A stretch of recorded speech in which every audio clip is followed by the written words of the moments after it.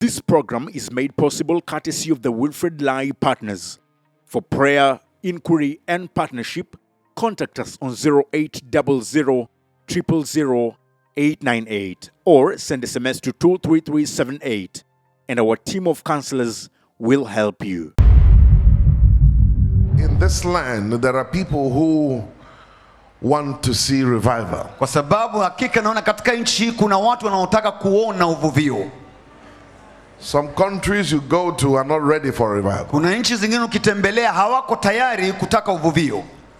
But I tell you, Mombasa, lakini nakwambia Mombasa is ready for revival. Iko tayari kwa ajili ya uvuvio.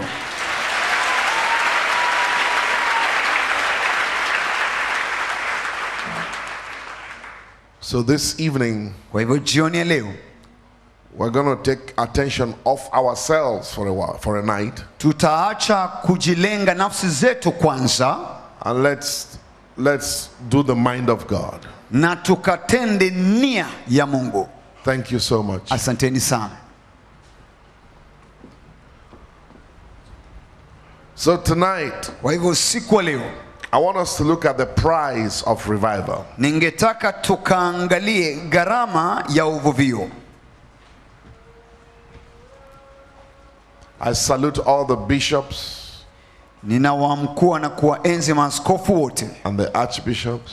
Na maaskofu wakuu. And the popes. Na hata mapopo wote. Who are in the house. Walio katika nyumba hii. It's wonderful to have men of God. Ni ajabu kukuwa na watu wa Mungu. Come in one accord. Wakija katika umoja wa kitu fulani. Glory to God. Utukufu kwa Mungu. You people are, I was telling my brother, nikawa nikimwambia ndugu yangu, I said if it's in Nigeria, nikasema kama ingelikuwa kule Nigeria, and you have a program this night, ingekuwa na mpango kama ujioni leo, that they're playing soccer FA final, labda kuna mchuano wa mechi ya Uingereza labda inaendelea finali, half of the people will be watching football. Nusu ya watu kama wangekuwa kienda huko kitazama huo mpira. But thank God that Kenya is saved. Lakini ashukuriwe Mungu, Kenya imeokoka.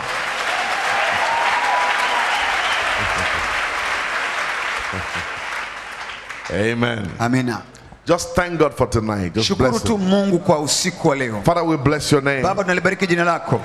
Fill this place with your awesome glory. Fill this place with your presence. Fill this place with your power. Help us, oh God, to look into the word of God and receive instruction for revival. Lord, we want a revival. Africa needs revival. We need you more than ever before.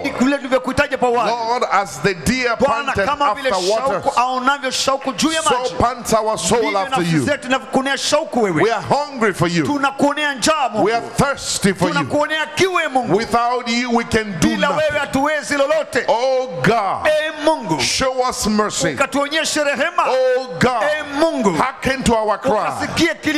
Oh God, come and help us with tears of intercession tonight, that your name may be glorified, thy will be done on earth as it is in heaven. We pray, Lord, thy kingdom come in the name of Jesus. I thank you and I give you praise in Jesus' name, and God's people shout amen. Amina kubwa.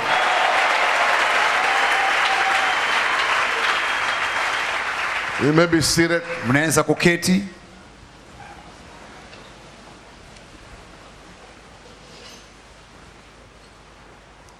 I've had a wonderful time here in Mombasa. Nimekuwa na wakati wa ajabu hapa Mombasa. It's been a great weekend. Imekuwa ni mwisho wa wiki ambao umekuwa mzuri wa ajabu. God is faithful. Mungu ni mwaminifu. Is there anybody here who has been blessed? Kuna mtu hapa ambaye tayari amebarikiwa?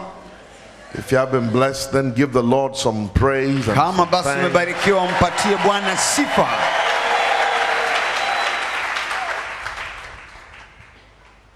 The price of revival. Ile gharama ya uvuvio. I like to study revival. Napenda sana kusoma kuhusu uvuvio. Because I want to see a revival before I die. Kwa sababu mimi nataka kuona uvuvio wetu kabla sijafa. And I was discussing with some men of God the other day in Nigeria. Na nikawa nikizungumza na watu wa Mungu fulani kule Nigeria hivi majuzi. And I told them, I said, nikawaambia, the solution to the numerous problems in Africa, suluhisho ya shida ambazo zinakumba Afrika, cannot be solved by man. Haziwezi kutatuliwa na mwanadamu. Corruption, au ufisadi, robbery, unyang'anyi, all the evil that are taking place, kila aina ya uovu unaoendelea in Africa, hapa Afrika, cannot be stopped haiwezi kuzuiliwa until mpaka there is a revival. Pakawe na uvuvio. And somebody said, what is the business of revival and the government? Na mtu akasema kuna uhusiano gani hapa uvuvio na serikali? The truth is that the government don't respect us. Ukweli ni kwamba serikali haituheshimu sisi. They're not afraid of us. Hawatuogopi. In fact, they are more afraid of the Muslims than they are of the Christians. Hakika wanaogopa sana Waislamu kuliko vile wanavyoogopa Wakristo. Because Muslims can easily carry their machetes and, kwa sababu Waislamu kwa urahisi wanaweza beba mapanga yao. But I believe, lakini naamini, when something happens to the church, wakati kitu kinatendekea kanisa, and they see the raw power of God, na waone zile nguvu asili zenyewe za Mungu, then things will change. Basi pia vitu vitabadilika.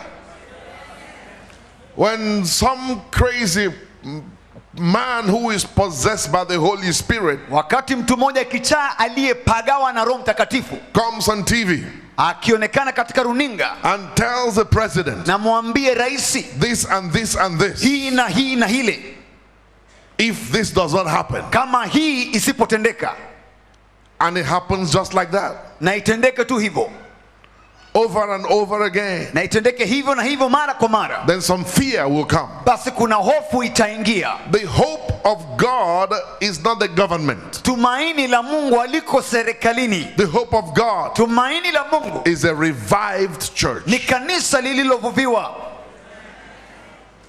Revival is not a 3-day program. Uvuvio si mpango wa siku 3 tu peke yake. Revival is when God decides to live amongst us. Uvuvio ni wakati Mungu anaamua kuishi katikati yetu. And it is demonstrated practically. Na kuishi huko kunadhihirika na kuonekana wazi kwa matendo. Revival is not healing. Uvuvio si uponyaji or deliverance. Ama ukombozi. It's a radical change. Ni mabadiliko sugu. From the order of things. Kutoka kwa mkakati ambao huwa wa kawaida ukifuatiliwa ukienda utofauti kabisa.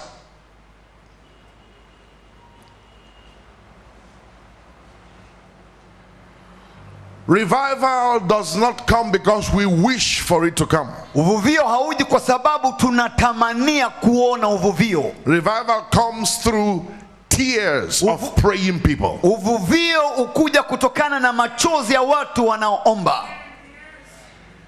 Tears, machozi of praying people. Ya watu wanaoomba.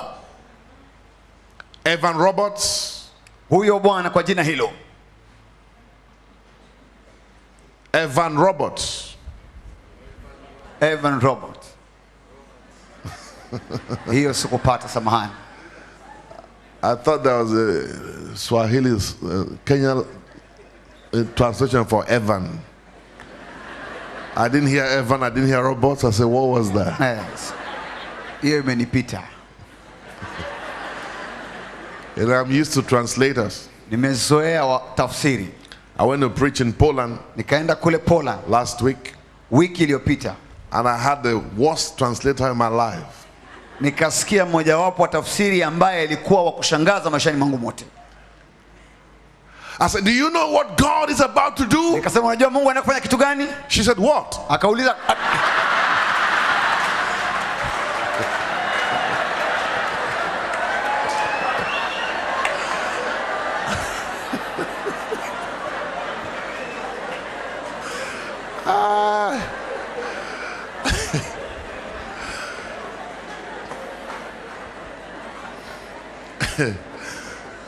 Oh my God.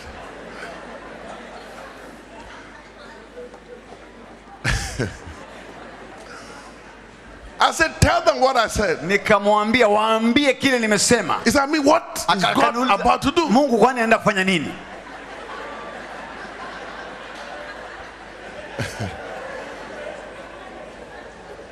The girl was enjoying herself. Ule msichana tu yeye alikuwa anabarikiwa akijiburudisha.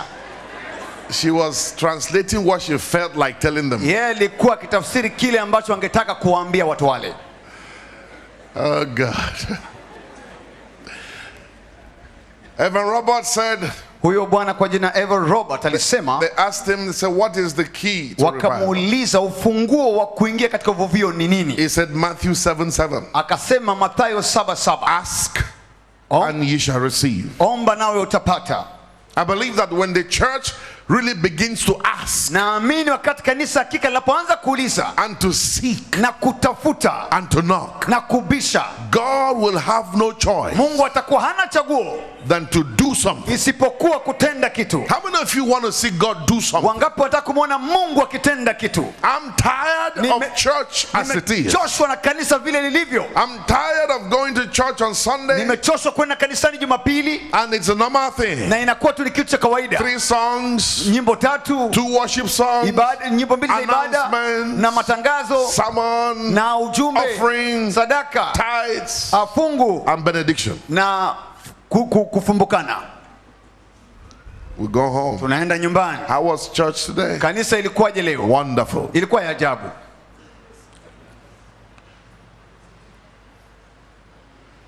I said, God, how long are we going to do this? Nikauliza Mungu tutaendeleaje kwa muda huu hivi? The impact of the church is not felt. Muguso wa kanisa bado haujasikika.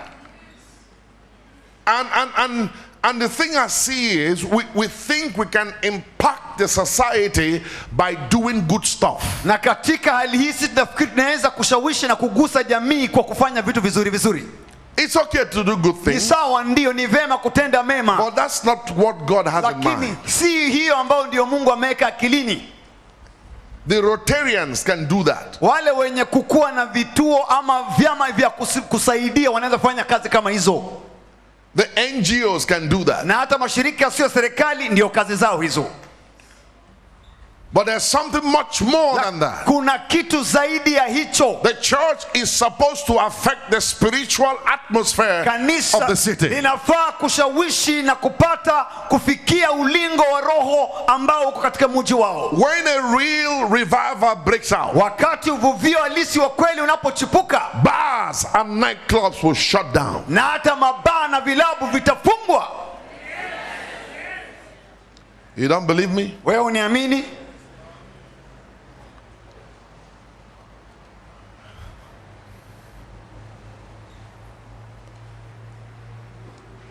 Peter and John said, Petro na Yohana wakasema, silver and gold, fedha na dhahabu, we don't have. Hatuna. But such as we have, lakini kile tulicho nacho, we give you. Tunakupa wewe. Because you see, they knew that silver and gold could not help the man that was born crippled. Walijua kwamba fedha na dhahabu hawezi kumsaidia mtu yule aliyezaliwa kiwete. And they said something we can't say today. Na wakasema kitu ambacho sisi hatuwezi dhibutu kusema leo. They said to the man that was crippled, wakamwambia yule mtu aliyekuwa kiwete, look on us. Tuangalie machoni. We can't say that. Hatuwezi sema hivyo. Because we have nothing to offer. Kwa sababu hatuna kitu cha kupeana pia. We will tell them, look to God. Tutawaambia mtizamie Mungu, tegemee Mungu. Don't look at me. Usiniangalie mimi. Look at God. Muangalie Mungu. Where will the cripple see God? Basi huyu kiwete atamuonea Mungu wapi? We are ambassadors. Sisi ni mabalozi. When there's a problem with America, you don't go to look for Obama. Unapokuwa na hali hiyo ya kuhusika na Marekani, hauendi kumtafuta Rais Obama. Even though he's from here. Ingawa ametoka hapa. You go to the embassy. Unaenda kwa ubalozi wa Marekani. Because the American ambassador represents America. Kwa sababu balozi wa Marekani yeye ndiye anawakilisha Marekani yote. So when there's a problem in the world, panapokuwa na shida duniani mote, they should come to us. Wanafaa waje kwetu. But they're not coming to us because there's nothing we have. Hawatujii sisi kwa sababu hatuna kitu tulicho nacho.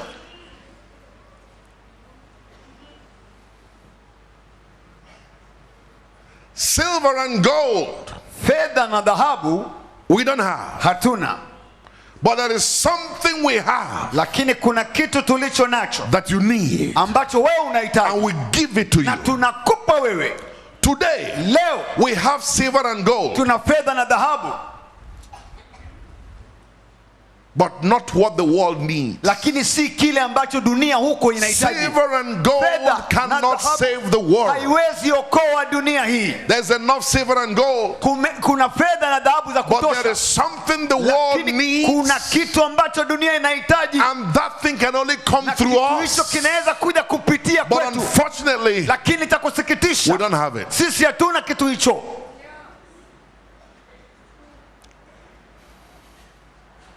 So we are seeing the rule and the reign of magicians and occultists. Wewe nimeona utawala wa wachawi, wanajimu na watu wanaohusika na mambo ya mazingaumbwe. So bad that even Christians are patronizing occultists. Yani ni mbaya, imefikia mahali pa kwa Kristo sasa wanaungana na wao pia. Occultic churches are growing.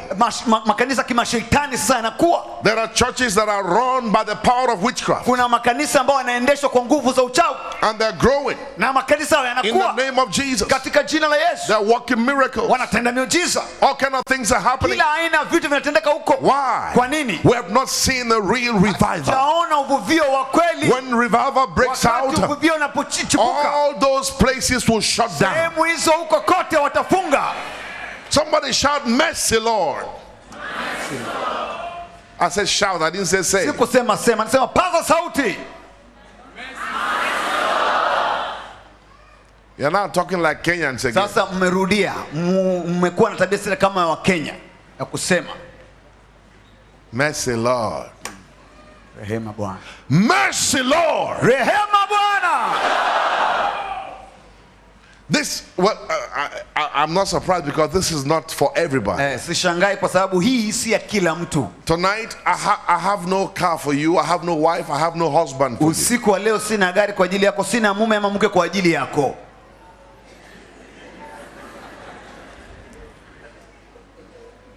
I have no healing for you. Sina uponyaji kwako leo.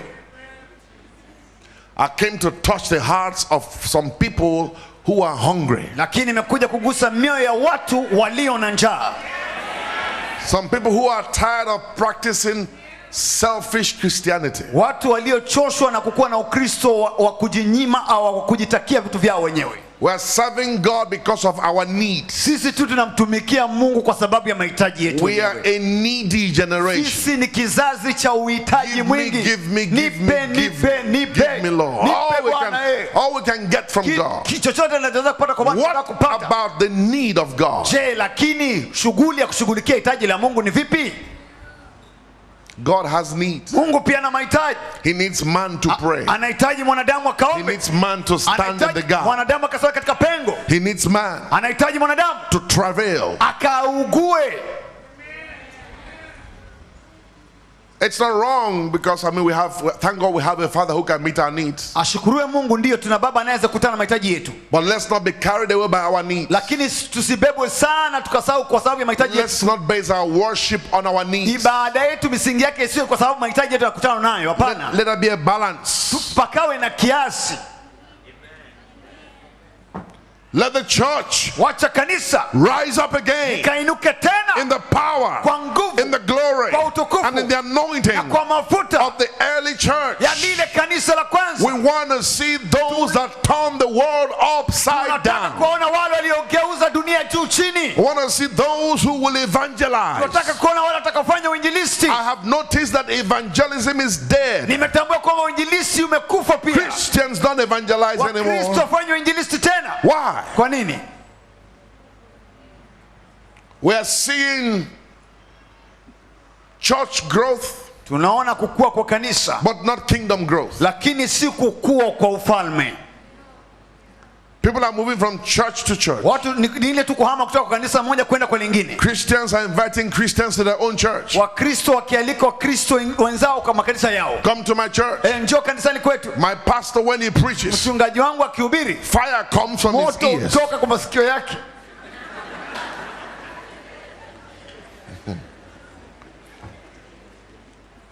Whereas tonight all the nightclubs in Kenya will be full. Ilhali vilabu vyote hapa Kenya usiku ya leo vitakuwa vimejaa.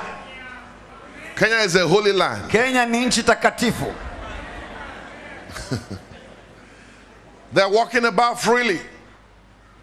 Wanafanya kazi bila shida kwa huru. When a revival comes, lakini wakati uvuvio unashuka, some people will take it to the nightclub. Kuna watu watapeleka uvuvio kule kwenye vilabu vya usiku. Some people will take it to the red districts. Wataipeleka katika zile barabara, kuna mambo makahaba na mambo kama hayo. Tradition and religion will be broken. Na dini za kiasili zitavunjwa. Things will happen. Vitu vitatendeka. People will not be ashamed. Watu wataona haya tena. In the plane. Hata katika ndege. In the buses. Hata katika mabasi. In the important places. Katika sehemu za hadhi ya juu. Hata katika mikahawa. To talk about Jesus. Zungumza kuhusu Yesu. They will not be ashamed of the gospel of Jesus Christ.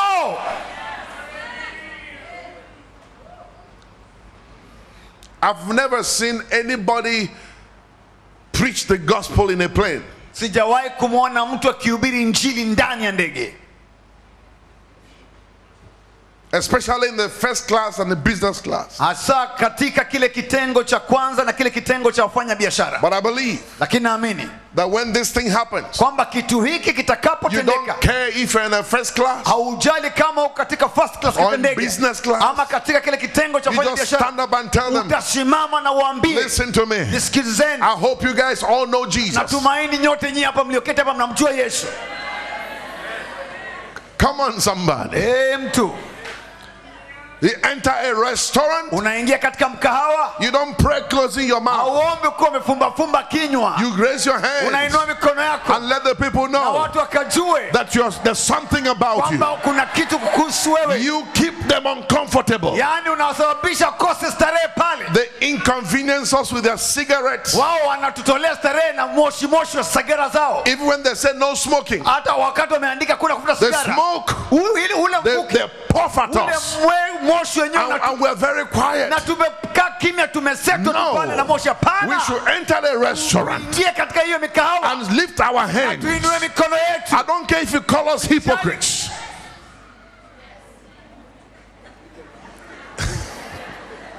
I don't care if you call us hypocrites. Sijali kama wanatuita sisi wanafiki.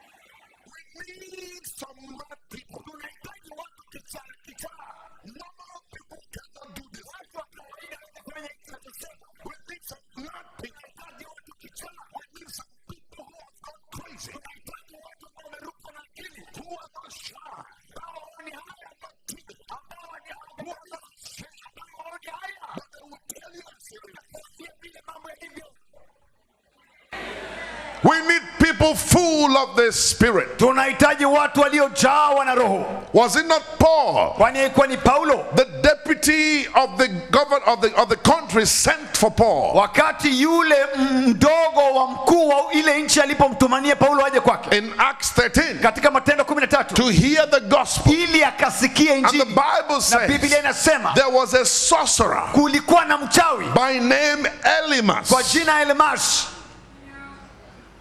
Because you see, kwa sababu unaona, the sorcerers are not in the low places. Wachawi hawako katika sehemu za chini kule. They mingle with the presidents. Wao huwa wanachangamana na marais. They mingle in the House of Parliament. Wanachangamana hata katika bunge. That is why they bring out stupid decrees decrees and laws. And there's no power to challenge them. The sorcerer was with the deputy president. Yet he wanted to hear the word of God. There are so many people in high places that want to hear the word of God, but the power of sorcery is holding them down. Let me tell you something. Africa will never be free until we break the power of sorcery. The backbone of witchcraft must be completely destroyed, and the people's eyes must be opened, and it will not be done by a lazy church. It will be done by a revived church, a church that is full and filled with the Spirit. The deputy sent for Paul. He said, I want to hear your gospel. But the Bible said Elimas withstood him. Elimas said, you can't hear this thing. Oh my God. Paul, the Bible said, being full of the Spirit, looked at Elimas, looked into his eyes. He says, you child of the devil, you enemy of righteousness, will you not cease to pervert the right ways of God? He says, behold, the hand of the Lord is coming upon you, and you will be blind for a season, not seeing the sun. And the Bible says immediately he was blind. And when the deputy saw what happened, that was the end of the argument. If it is today, we will invite Elimas to have lunch with us.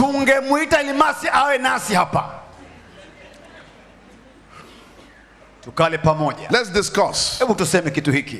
You can't discuss with sorcerers, because we are powerless. Some of us are even afraid of them. Some people are packing away because their neighbors are witches. No,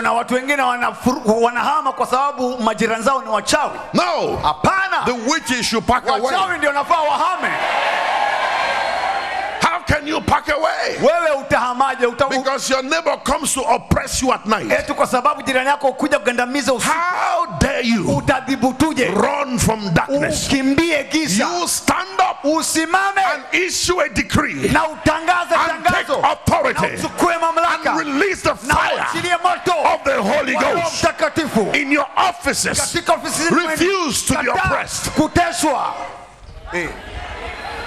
Some Christians are afraid. Why? There's too much trouble in my office. Stay there. Change the atmosphere. I tell the people, go there.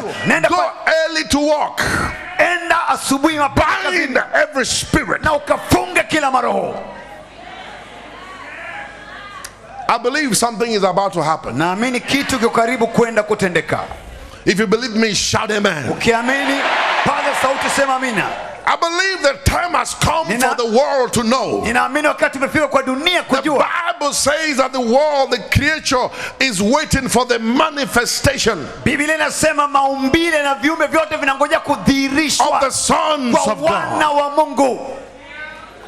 May the real sons of God please stand up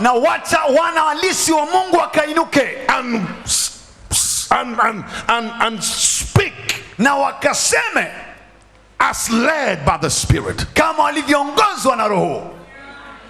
John Wesley said, God does nothing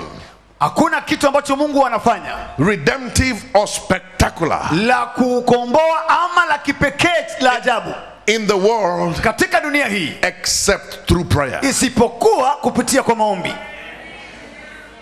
We saw the I talked about the children of God in captivity. Usiku wa kwanza nikazungumzia kuhusu wana wa Mungu katika utumwa. In bondage. Wakiwa katika utumwa. The Bible said they cried. Biblia inasema walilia. And their cry entered the ears of God.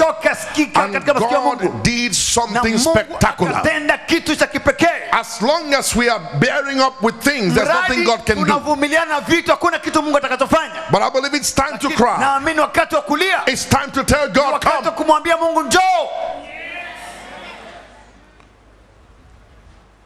And Pharaoh saw the power of God like never before.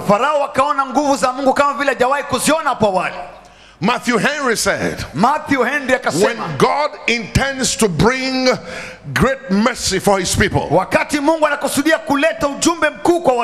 first thing he does is to give them an appetite for prayer. Oh my God, yes, yesterday at the homecoming, the spirit of prayer came so strong. And anytime I see the spirit of prayer manifest, I know that God wants to do something. Anybody here feels like praying? The atmosphere changed. And there was a desire to grow and to travail.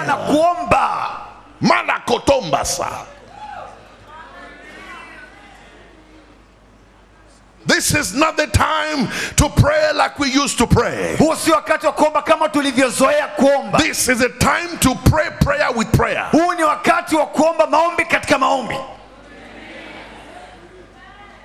It's not the time for Kawasaki, Suzuki, Motorola.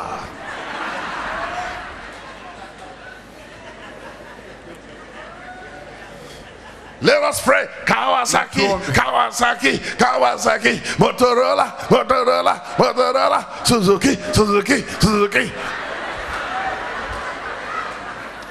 And they're sweating. Suzuki, Suzuki.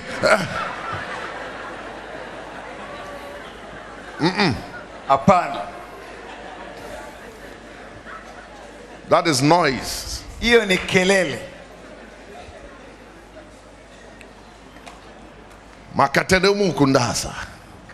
talking about when Zion travailed. Zion did not pray. There's a difference between prayer and travail. God give us the spirit of travail.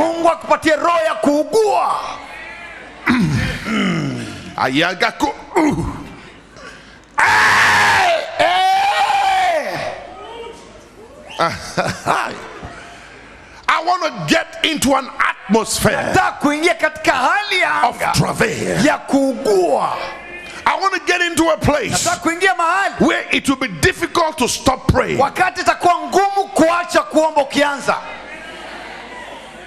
I like Korea. Napenda Korea. Koreans can pray. Wakorea wanaweza kuomba. South Koreans. Wale wa kusini, Korea Kusini. Revival comes in answer to prayers. Uvuvio huja wakati maombi yameombwa ikawa sasa ndio jibu ambalo limejibu kwa wale maombi. Let's look at Joel. Tuangalie Yoeli. Joel chapter 2. Yoeli mlango wa 2. Brother, I want to see God. Ndugu, nataka kumuona Mungu.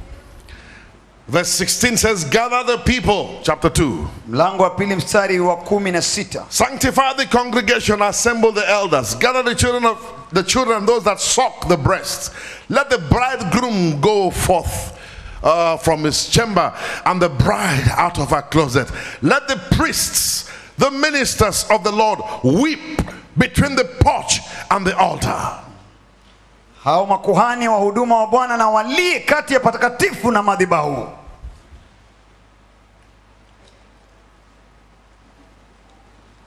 Psalm 42. Zaburi ya 42. As the hart panteth after the water brook, so panteth my soul after thee. Kama vile ayala onavyo shauku vijito vya maji, ndivyo moyo wangu na kuona shauku Mungu. My soul nafsi yangu thirsts for God, inamuonea Mungu kiu, for the living God. Kwa Mungu aliye hai. When shall I come and appear before God? Nitakuja mbele zako. He's not talking about death. Hazungumzi kuhusu mauti hapa. He's talking about revival. Anazungumzia kuhusu uvuvio.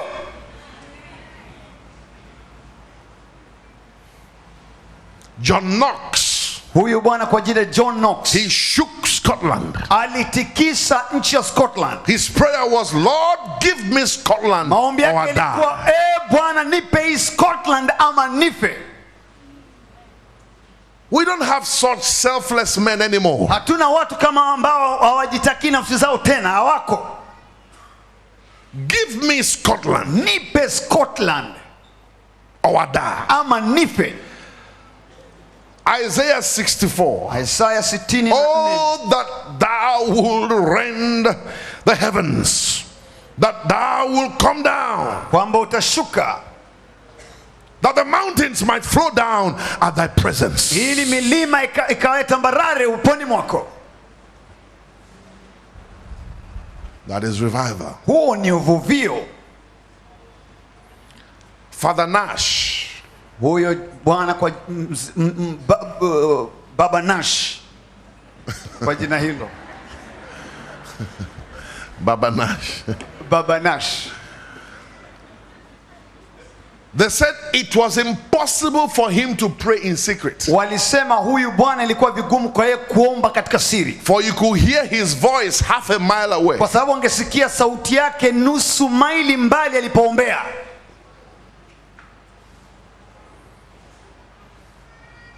Can you imagine that? Hebu fikiria hiyo, mtu anaomba hapa maili nusu unasikia. I've even seen some churches when somebody lifts his voice and begins to pray.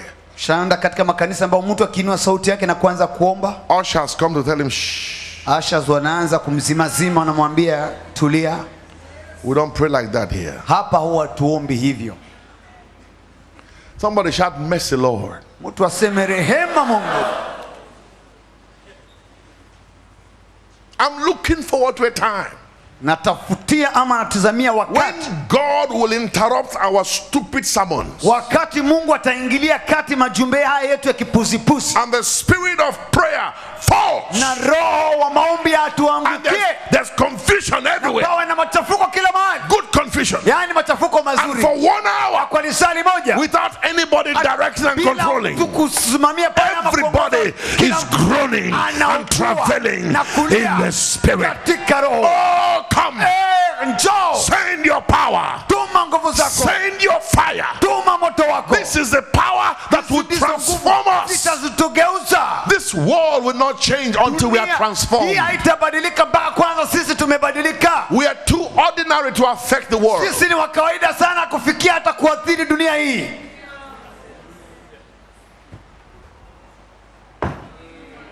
My God. Mungu wangu.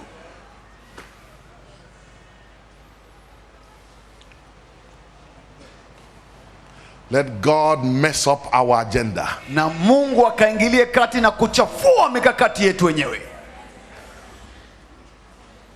Somebody said, do it Lord. Mtu aseme kaitende Bwana. I'm talking about real Holy Ghost services. Nazungumzia kuhusu ibada halisi za Roho Mtakatifu zenyewe. You leave the church, you're like a giant. Ukitoka kanisani wewe ni kama jitu. You don't remember you're broke. Hata ukumbuki kwamba una hela mfukoni. Oh, nobody heard what I just said. Hakuna mtu amesikia nimesema nini hapo. I said you don't remember you're broke. Hata ukumbuki una hela. You don't remember you're not married. Haukumbuki hata hujaoa kuolewa. You don't remember you have no kids. Haukumbuki hata una watoto. You forget about all your selfish problems. You have touched heaven. Umegusa mbingu. And heaven has kissed you. So nothing else is important. I don't care if there's no money in my pocket. I'm full of the Spirit of the living God. I don't care if I don't have a husband. I am full of God. I don't care if I don't have money.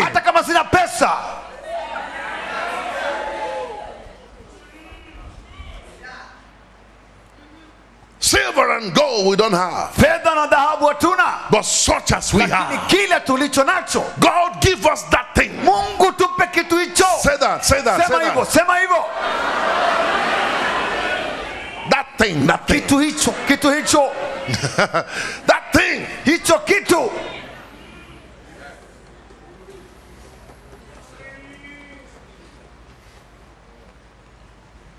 David Brainerd. David Brainerd. He was called the praying hide. Alikuwa akiitwa mwombezi.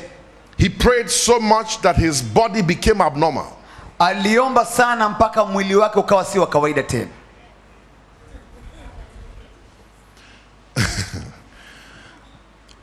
George Fox.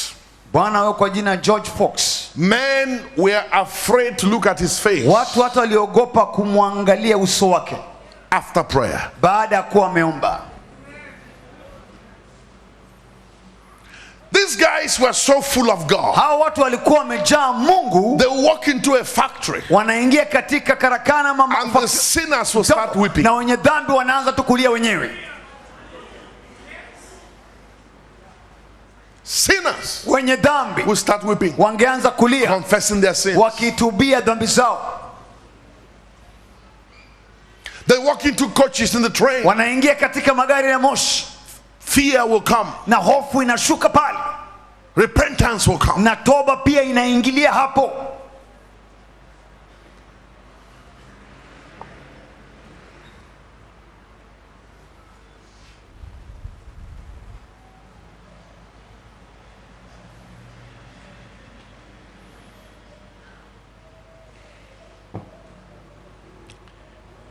Oh God.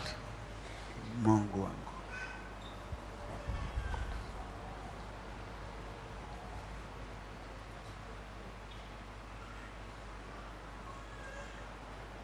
Somebody shout, God, do something new. Mtu apaza sauti na aseme, Mungu tenda kitu kipya. Charles Spurgeon was asked. Charles Spurgeon akaulizwa, what is your secret? We siri yako ni nini? He said knee walk. Akasema kutembea na magoti. Knee walk. Yani utembezi wa magoti. That's what he was saying. Mtu akawa akisema knee walk. Kutembea na magoti. Knee walk. Kutembea na magoti. The walk is done on your knee. Kwamba kazi yako yote na kutembea kwa kunafanywa katika magoti. William Seymour. William Seymour. For me, kwangu, he was the greatest of them all. Alikuwa ndiye mkuu kwa wao wote. Because in 1906, kwa sababu mwaka wa 1996, when black men were not considered as human beings, wakati watu weusi wakuchukuliwa kama wanadamu in America, kule Marekani, when black men were not allowed to come into a hall or a room where there were white people, wakati watu weusi wakuruhusiwa kuingia mahali kama ukumbi ambapo alikuwa na wazungu ama watu weupe, he was black. Alikuwa ni mweusi. He was one-eyed. Alikuwa ni jicho chongo tuseme. And they wouldn't let him come into the hall of fellowship. Hawangemruhusu aingie ukumbini kushiriki. But William Seymour would stay outside. Lakini William Seymour angekaa nje and be listening. Na angeendelea kusikiliza. And God supernaturally put in him, na Mungu kwa njia kipekee kiungo kaeka ndani yake, a hunger, njaa for prayer. Ya kuomba. And the people said he started praying 1 hour. Na watu wakasema kaanza kuomba lisali moja. Then 2 hours. Alafu akafikia masaa mawili. Then 4 hours. Alafu masaa manne. Then 8 hours. Then 16 hours. Masaa 16. Then out of one shanty carpenter shed, alafu kutoka karakana moja ya mbao mahali, on a street in California called Azusa Street, katika barabara moja kule California kwa jina Azusa, the greatest revival, uvuvio uliokuwa mkuu after the New Testament, baada ya agano jipya, broke out. Ulichipukia hapo. And it was spearheaded by a black man. Na uliongozwa na mtu mmoja mweusi. When revival comes, wakati uvuvio unapokuja, you forget about your color. Unasahau hata rangi ya ngozi yako. Uvuvio unapokuja, you forget about your tribe. Kuhusu hata kabila lako. Tribalism, ukabila, racism, na hata ubaguzi wa rangi, stupid things na vitu hivi vya kipuzi will be forgotten. Because the white people kwa sababu watu weupe had no choice walikuwa wanachagua but to submit isipokuwa kutii to this one-eyed black man, huyu mweusi aliyekuwa na jicho because they saw kwa sababu the waliona fire moto of revival. za uvuvio. And from that little place, katika mahali padogo, the power of the gospel nguvu za injili almost touched the whole earth. karibu kugusa dunia yote. The Azusa Street Revival. Ule uvuvio barabara ya Azusa. You know, when I watch the Christian channels, napontizama runinga na za Kristo, and they say there's a revival in Brownsville, na wanasema kuna uvuvio kule Brownsville, and I look, I see only white people, na nikiangalia naona watu weupe, I said that's no revival. Nasema usi uvuvio. Did you hear what I said? Umesikia nimesema nini? I said, oh, there's one in Toronto, in Canada. Kuna uvuvio moja kule Toronto kule Canada. I saw just white people. Naona tu watu weupe. I said, no. Nasema pana. Another one in Florida. Na kuna ingine kule Florida. White people. Watu weupe. I said, no. Nasema pana. Because real revival, kwa sababu uvuvio wa kweli, will bring both black and white and Hispanic utaleta watu weupe weusi wa Hispanic pamoja.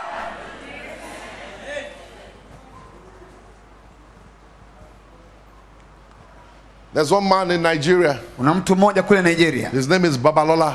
Jina lake ni Babalola. He founded the Apostolic Faith Churches. Yeye ndiye alianzisha kanisa la Apostolic. I think he's the greatest man of God ever to have come out of Nigeria. Nafikiri ndio mtu mkuu naweza kusema ambaye ametoka Nigeria. He was so powerful in prayer. Alikuwa wa nguvu sana katika maombi. He always went to the bush to pray. Alikuwa akienda vichakani kuomba. And one day, siku moja, he was on the floor, akawa katika sakafu, travailing, akiugua, and a python, na hata chatu, a python, yani nyoka chatu, came to bite him. Akaja kumuuma. When the python touched him, wakati yule chatu alimgusa, the python became electrocuted. Chatu akapigwa kama na stima.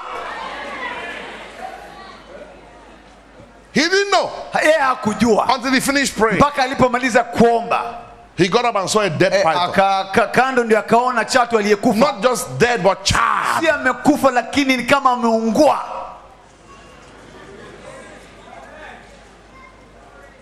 You think he was praying Kawasaki, Suzuki? Unafikiri alikuwa akiomba maombi ya kawaida? If he was praying Kawasaki, Suzuki, that python would just swallow him. Huyo nyoka angemeza kama maombi angekuwa hayo. Somebody say, God, mtu aseme Mungu, send this thing. Tuma kitu hiki. You know, when God wants to do something, wakati Mungu atakufanya kitu. I was surprised when they talked about Jesus. They said the holy thing. Nikashangazwa kwa sababu wakati Yesu walisema kile kitu kitakatifu. There was no name to give it. Walikuwa na kitu jina ya kukupatia. So he called it thing. Kwa hivyo akakiita kitu hicho. So God send this thing. Kwa hivyo Mungu tuma kitu hiki. You know, now in church you have to pump people up. Lazima uwachochee watu. To praise God, you have to pump them up. Inabidi wachochee ndio wasifu. To pray, you have to beg them. Pia lazima waombe. Everybody is cold. Kila mtu yuko baridi. In fact, some pastors, they say we've stopped praying because prayer drives people. Hata wachungaji wengine wamesema tumeacha kuomba kwa sababu maombi ndio wanafukuza watu. People complain that the prayer is too much. Watu wanasema wanalalamika maombi ni yamezidi, yamekuwa mengi. Because those who can't pray, kwa sababu wale ambao hawezi kuomba, they are watching others pray. Wanawashabiki ama kuangalia wengine wanapoomba. So those that can't pray won't come back. Kwa hivyo wale ambao hawezi kuomba hawatarudi. So churches have become people friendly. Kwa hivyo makanisa yamefanya kukua kama kukua na urafiki na watu. People tell the pastors how to run their church. Sasa watu ndio wanawaambia wachungaji jinsi ya kuendesha makanisa yao. If not, people will not come. Kama watu hawatakuja. People want easy life. Watu wanataka maisha rahisi.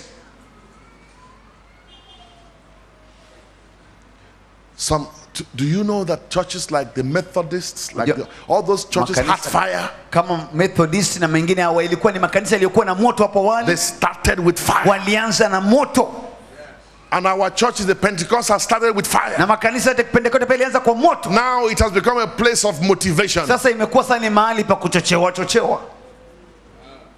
Motivation speakers. Yani watu wa kuzungumzia kuhusu mambo ya kuchochea watu. I went to preach somewhere, they were introducing me. Nikaenda kuhubiri mahali walipokuwa kinitanguliza, wakasema. And they say he's a motivational speaker. Wakasema huyu ni msemaji wa kuchochea watu. I took microphone and said I'm not a motivational speaker. Hapana, mimi si mtu kuchochea watu. You don't need anointing to speak motivation. Uhitaji mafuta ndio ukachochea watu. Hiyo utaweza kufanya hata bila mafuta. But they see those churches are growing. Lakini akasema makanisa haya kushangaza yanakuwa. I tell people, nikamwambia watu, if you want to learn about motivation and success and stuff, mkitaka kujifundisha kuhusu kuchochewa, kuhusu look for a professor. Basi tafuta profesa anaweza kufanya kazi hiyo. Not a pastor. Si mchungaji.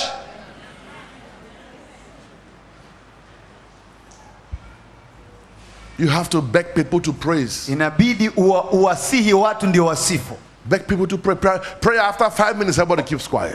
Ombeni, watu wakiomba dakika 5 nakaa kimya. May God na Mungu drop something in our spirits tonight. Akaangushe kitu katika roho zetu siku leo. If you believe that, shout amen and stand up. Ukiamini hiyo, paza sauti, sema amina na usimame kwa miguu yako.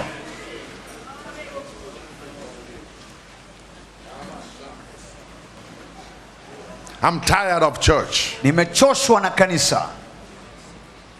I'm tired. Nimechoshwa of all this ceremony. Juu ya sherehe na vitu vingi tunavyofanya.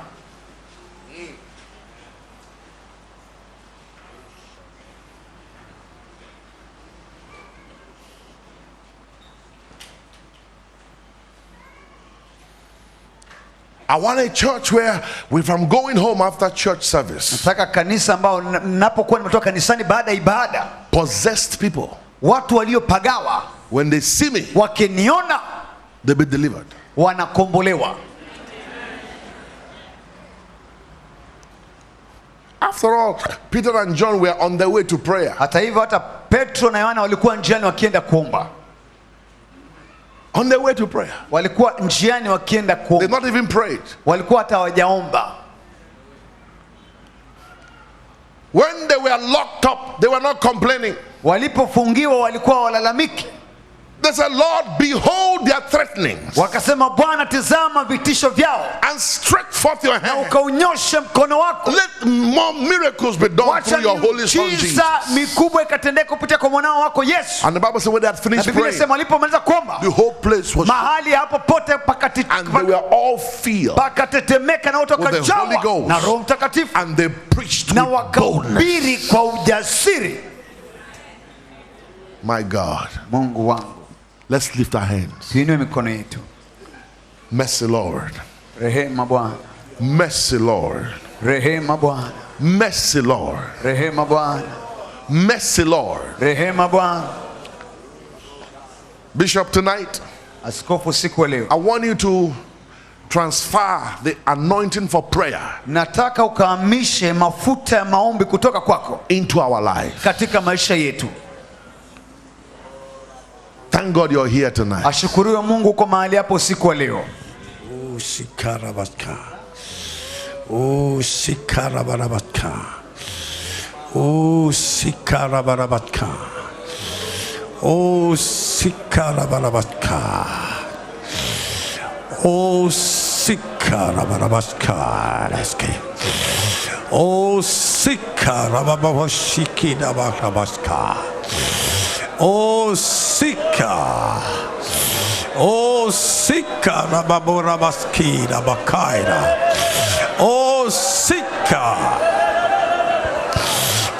Sika rabakaida. Sika rababosiri bakarabakia. Sika rabasakiri baka.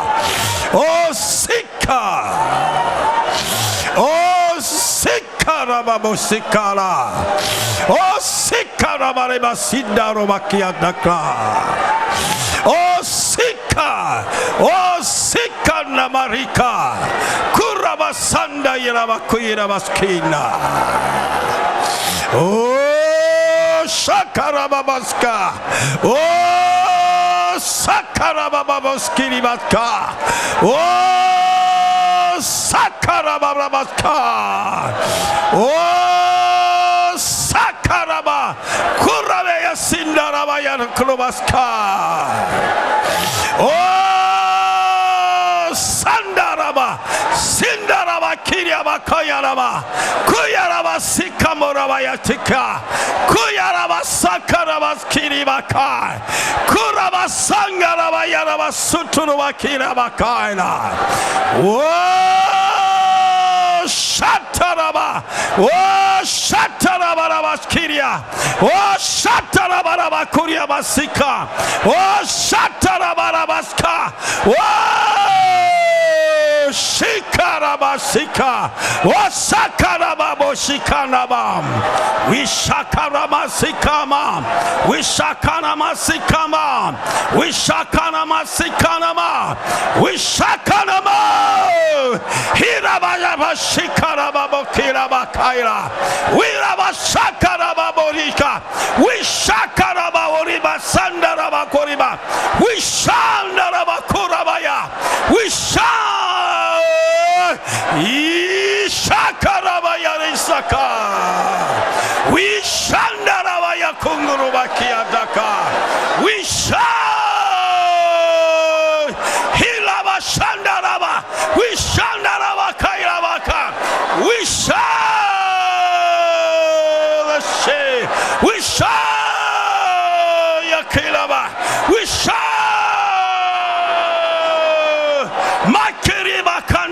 Shikuraba, we Shakaramaruba Sindiriba Kairaba Kamira, we Shandaraba Kairaba Sandaya, we Shandaraba Kainaba Jitiriabaka, we Shandaraba Kanda, we Shinda, we Shakaraba Boriba Kaira, we Shandaraba Kuraba Yarabaska, we Shandaraba Kuraba Yaraba, we Shinda, we Hai Shakaya, Hai Shakaya, Hai Shakaya, Hai Shakaya, Hai Shakaya Raba, Hai Shakayaba, Hai Shakayabaya, Hai Shikagaraba, we Shakaraba Yabasika, we Shakaraba Boshika, we Shakaraba Boshika, we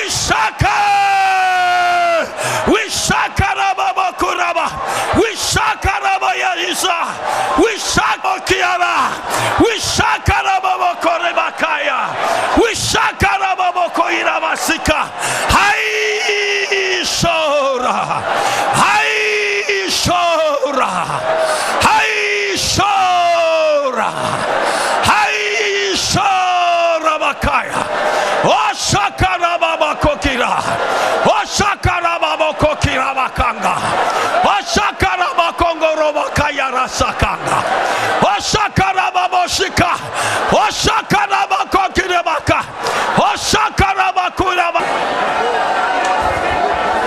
Oh, Jakabahas.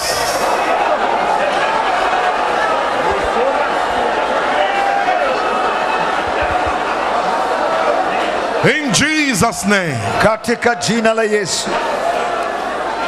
Amen. Amina. Amen. Amina. Just lift your two hands. Wewe inua mikono yako miwili. Say, oh God. Sema, e Mungu. Fill me. Ukanijaze with the fullness na utimilifu of the Spirit. Wa Roho. Say it again. Sema tena. Oh, e Mungu. Kanijaze na utimilifu wa Roho wako. Again. Tena. Oh, e Mungu. Nijaze na utimilifu wote wa Roho wako. Again. Tena. E Mungu. Ukanijaze na utimilifu wa Roho wako. Again. Tena. E Bwana. Ukanijaze na utimilifu wa Roho wako. Again. Tena. E Mungu. ukanijaze na utimilifu wa Roho wako. One more time. Mara nyingine tena, Mungu ukanijaze na utimilifu wa Roho wako. Oh God, Mungu fill me, ukanijaze, fill me, ukanijaze, fill me, ukanijaze, fill me, ukanijaze, fill me, ukanijaze, fill me, ukanijaze, fill me, ukanijaze, fill me, ukanijaze, fill me. ukanijaze.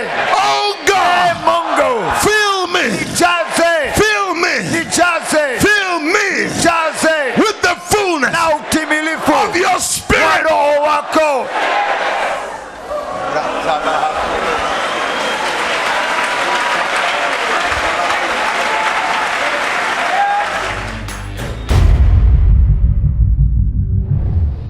This program is made possible courtesy of the Wilfred Lai partners.